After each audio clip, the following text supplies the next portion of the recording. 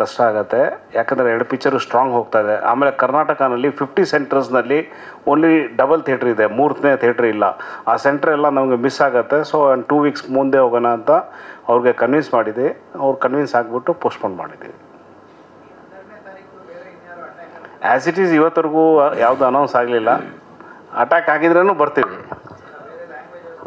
ಬೇರೆ ಲ್ಯಾಂಗ್ವೇಜು ನನಗೆ ದೊಡ್ಡ ಪಿಕ್ಚರ್ ಯಾವುದು 5th ವಿಜಯ ಪಿಕ್ಚರ್ ಬರ್ತಾಯಿದೆ.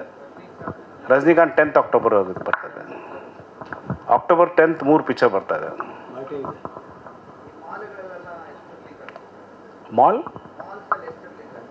ಮಾಲ್ನಲ್ಲಿ ಸಿಕ್ಕತ್ತೆ 2 to 3 ಶೋಸ್ ಕೊಡ್ತಾರೆ ಕನ್ನಡ ಪಿಕ್ಚರ್ಗೆ. ಜಾಸ್ತಿ ಅಂತೂ ಕೊಡೋಲ್ಲ. ಹಿಂದಿ ಪಿಕ್ಚರ್ ಅದರ್ ಲ್ಯಾಂಗ್ವೇಜಸ್ ಜಾಸ್ತಿ ಶೋಸ್ ಕೊಡ್ತಾರೆ ಅವರು. ಆಮೇಲೆ ಪಿಕ್ಚರ್ ಕಲೆಕ್ಷನ್ ಚೆನ್ನಾಗಿದ್ರೆ ಆಟೋಮೆಟಿಕ್ ಶೋಸ್ ಇನ್ಕ್ರೀಸ್ ಮಾಡ್ತಾರೆ.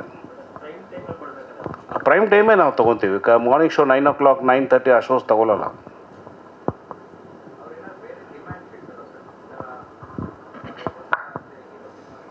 ಏನು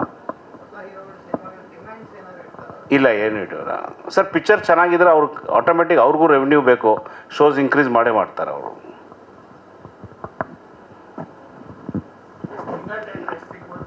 ಹಾಂ,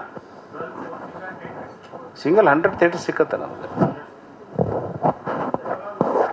150 ಸರ್. ಆ್ಯಕ್ಚುಲಿ ಕರೆಕ್ಟ್ ಇರೋದು ಎಲ್ಲರೂ ಬರಬೇಕು ಅಂದರೆ 150 ಒಳಗಡೆ ಬರಬೇಕು. ಆಮೇಲೆ ಡಬಲ್ ಥಿಯೇಟರ್ಸ್ ಆ ಸೆಂಟರ್ಸ್ನಲ್ಲಿ ಹಾಕಿದರೆ 225 ಮಾಡ್ಬೋದು. ಬಟ್ ಡಬಲ್ ಸೆಂಟರ್ಸ್ ಹಾಕಿ ಪ್ರಯೋಜನ ಇಲ್ಲ. Audience full ಆಗಬೇಕಲ್ಲ.